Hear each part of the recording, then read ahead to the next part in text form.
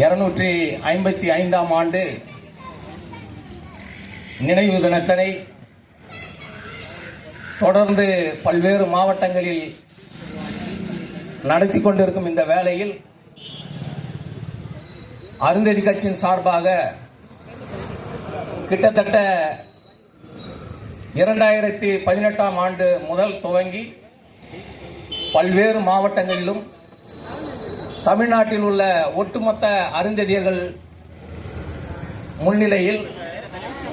நம்முடைய வரலாற்று நாயகர்களின் வரலாற்றினை வெளிப்படுத்தும் விதமாக மாவீரன் ஒண்டிவீரன், மாவீரன் பொல்லான், குயிலி, பகடை மற்றும் அனைத்து அருந்ததிய மாவீரர்களின் வரலாற்றினை வெளிப்படுத்தும் வகையிலே அருந்ததி கட்சியின் சார்பாக இந்த நிகழ்வுகள் நடந்து கொண்டிருக்கின்றன. அதாவது புரட்சியாளர் டாக்டர் அம்பேத்கர் அவர் சொன்னது போல, வரலாற்று